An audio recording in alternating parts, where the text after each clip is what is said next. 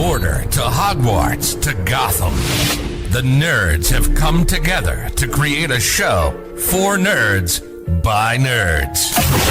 Join nerds doing nerd things as they talk about all things nerdy. Stay up to date on the show by liking the Nerds Doing Nerd Things Facebook page. What's going on, nerds, and welcome to the Nerds Doing Nerd Things podcast. I'm AJ, and welcome to AJ Ranks. First episode, we did Walt Disney World rides. This episode, we are doing Walt Disney World Resort hotels. And whether I stayed at them or I didn't, here's where I'm going to rank them. And I've been to every hotel on property that is not DVC only. And I'm going to give you guys where I would rank them, some stuff on why I ranked it like that. But to be fair, I have not been in a room at every one of these hotels. I will state it, whether it's the outside, how big it is, but let's get right into it.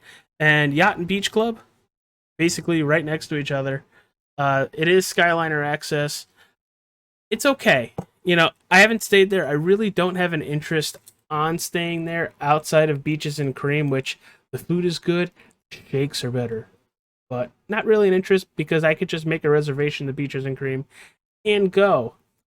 What do we got next? Old Key West and Caribbean. You know, kind of the same concept of Yacht and Beach Club. You know, I can go there if I need to. Caribbean is where the junction for the Skyliner is to either go to Art of Animation and Pop Century, to Hollywood Studios, or to Epcot. You know, that's where you have to get off and take whichever way you need to. So it's a very much busy resort at that Skyliner area. But, meh, Old Key West is another one. Go watch all the room tours, the tours of the hotels. You know, if it suits what you want, go. But for me, not really. Not really. Here's one I really want to go to, stay at, and all that wonderful stuff. Outside of the restaurants and everything, it looks good. It's the Riviera Resort. And maybe if it ever gets a little cheaper, probably making it a full-length stay. But this feels like a resort, unless you're rolling in the cash. It's going to be maybe a weekend trip or something like that. But it's based off of Walt's venture through Europe, you know, Spain, Italy, and all that stuff. And it's got a lot of cultured design inside. The rooms are gorgeous.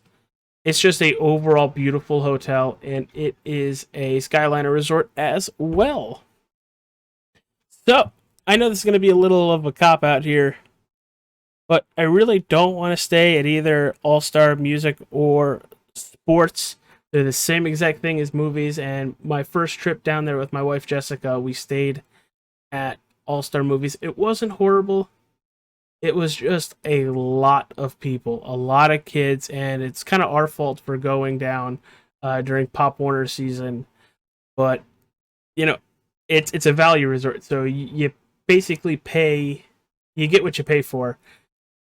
So it's huge, and if you are away from the main building, you are going to be walking for quite a while.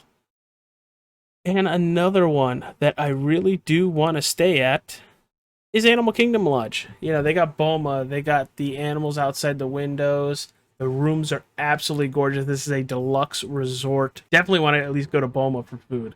That place looks top-notch, and I would like to stay there. Very expensive, though. Go to Coronado Springs. This is a place that I have stayed at, and I'm going to rank it at C.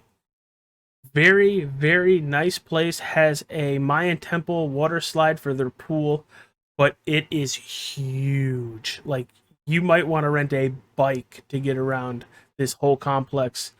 It does have an outer system where the bus will pick you up in certain areas. But like I said, it is huge. And a lot of it has just been redone with the Destino Tower put in at Coronado Springs. Fort Wilderness, and I'm actually going to mix this with Wilderness Lodge as well. They're a little different, but same kind of concept. Fort Wilderness has a campground. It also has Hoop-de-Doo. Hoop-de-Doo is a live show, a dinner theater is I think what they call it. Fun, phenomenal, interactive. Food is great, and all you can drink beer and sangria. When we went down a couple years ago, it was 2 table credits. I don't know if it's going to be the same when the dining plan comes back in 2024, so be on the lookout for that. But you hand over those 2 dining credits well before you even get there for the reservation. It's basically to lock down your table, and I think you also have to pay in advance as well. Have you guys been to Hoop-de-Doo? I want to hear you guys down in the comment section. Well, speaking of the comment section, hit that like button, subscribe to the Nerds Doing Nerd Things podcast. I'm AJ. This is my episode 2 tier list. We're doing resort hotels. Thank you all for joining in. And Wilderness Lodge. Wilderness Lodge is one that I have stayed at. This was, I think, our first trip when I was 5. And it was good. It was fun. I don't remember a lot of it. I do remember being able to get lost in that place and scaring my parents because I would just go exploring, looking around. You know, being a 5-year-old when, back in the day where you could be a 5-year-old and get lost and really have nobody to worry about back in 98. So, all-star movies. I'm going to put at sea. It was an okay resort. Basically the same things I had for music and sports. It was okay. A lot of people. Very well spread apart. Complex. When we went down in 2017, Jessica and myself, the rooms were just recently remodeled, and it showed. They were gorgeous rooms, but it's more of the layout of the facility that kind of iffed me out. But let's go Art of Animation. I have yet to stay there, but we had friends this last time we went in October of last year. Place looks gorgeous, whether it's Lion King, Finding Nemo, Little Mermaid, or Cars. It all looks gorgeous. Beautiful. The rooms, the suites are really nice. Played Yahtzee in a Lion King suite last year. That was a first. Never played Yahtzee before, and me being 30 years old, you're probably thinking, really? Really? But it was very fun theming. Now, I love theming when it comes to Disney. I'd like to think outside of the rooms being themed, which they were. We were in a Lion King suite. But right outside the rooms, it felt like we were in the savannah, and there is Timon, Simba, and Pumbaa. You have Scar. It was just cool. And it's also a Skyliner resort. It's considered a Value Plus resort, so it's a little bit more than, a regular value. And speaking of a Skyliner and a Value Plus, we're going Pop Century. That's going to go to B. I have stayed at Pop Century twice. Loved it both times, whether we were in the 40s section or the 90s. I love doing the walking trail because as you're doing the walking trail through each decade you go through, it tells you this is what happened in that decade. This was invented in that decade. Hey, this cool thing happened. It's nice to just walk around and while you're walking, being able to be, oh, I didn't know that was in the 1980s kind of thing. It's also a Skyliner resort right on Hourglass Lake, sharing it with Art of Animation. It's a gorgeous resort, and it doesn't always feel like it's a huge, long walk to the main building, but it's a decent sized walk. It's maybe 5-10 minutes tops. All right, let's get into some of the moderates. Port Orleans Riverside. And there's 2 Port Orleans. We're talking about the Riverside version. This is the plantation houses, the big mansions, very spread apart. This was, I think, the first time I can remember outside of Coronado Springs that has their own bus system. Right outside of our room, in the furthest point away from the building, was a bus stop that took us to the parks. But, instead of us having to walk all the way to the main building, it was right there. So unless we had to go for food, drinks, or what have you, we can get picked up right there. So that wasn't a problem at all. But man, was that's a big resort. A nice looking pool.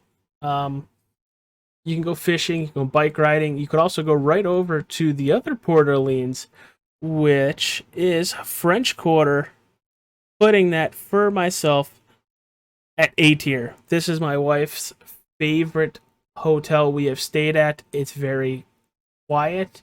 It's very tight. Like, I mean, tight, like it's not spread out like Coronado, Old Key West, Caribbean. There's only maybe 1,000, 1,500 rooms there, and you're 2 to 5 minutes away from the main building. It's small, and whether you're here, there, down the road, and speaking of down the road, French Quarter and Riverside share a boat system to get to Disney Springs. That's dope. It saves so much time, and it's such a nice boat ride to Disney Springs. Um, but like I was saying, it's a 2 minute, 5 minute walk to the main building, and the gumbo at French Quarter is phenomenal. It's very good. I don't want to stay there again. Really do. It was really nice. It was Bourbon Street, Canal Street, and really just Mardi Gras in a hotel. And it shows it. The theming inside the rooms are very nice as well. But now we're going to the monorail resorts. Yay, the monorail resorts. And first off, and I know I'm going to take some shit for this, I'm fully aware it's Grand Floridian. I have never been so uncomfortable because knowing our status, middle class, staying at a very elegant, high class resort. It is very nice, but it feels very uppity. Very, very uppity. And I will say, staying there, I would like to, but I don't have to. I don't have to stay there again.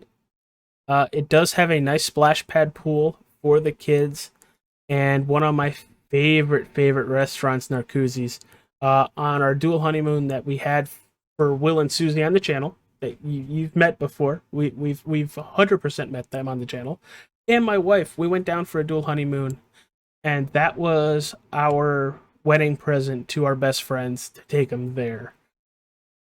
I can't tell you how good that food was. You need to go try it. You need to go down there with a big checkbook because it was very expensive for just 4 people, about $100 a person. But it was worth it. Fantastic.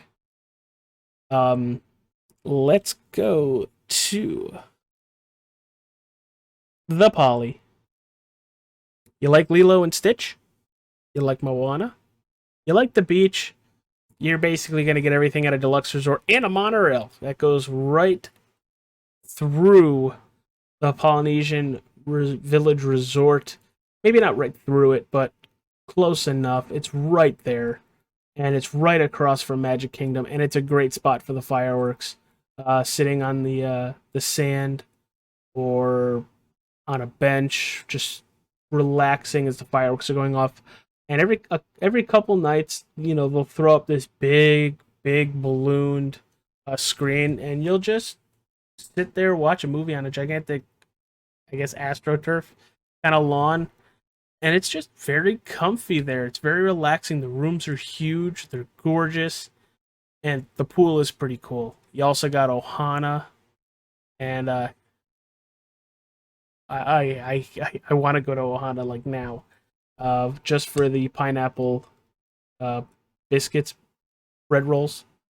It's very good, especially for breakfast, because I need to get Lilo, Stitch, and Mickey all in the Hawaiian outfits. It's actually my background on my computer is where we went down in 2020. Such good times.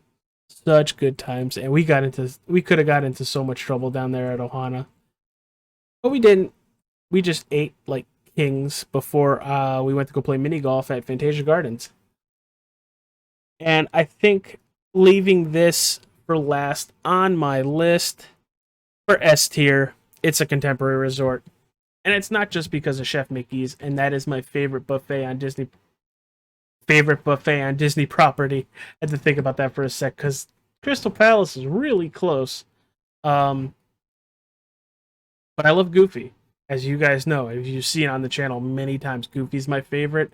And you get Chef Goofy here, along with Mickey, Minnie, Pluto, Donald. Go check it out. Go look up the reviews. I know depending on who's the head chef there, it's hit or miss, but it's a buffet. They were doing family style for a while, but you get the monorail going straight through the center of the Contemporary Resort. And I just want to stay there. They did a little bit of an Incredibles retheming to some of the rooms, and after seeing them, they're gorgeous. But let's hear your thoughts, people. What's your top tier resort? And if you haven't stayed there, what hotels do you want to stay at? I'm AJ from the Nerds Do Nerd Things podcast, and we'll see you next time. Deuces.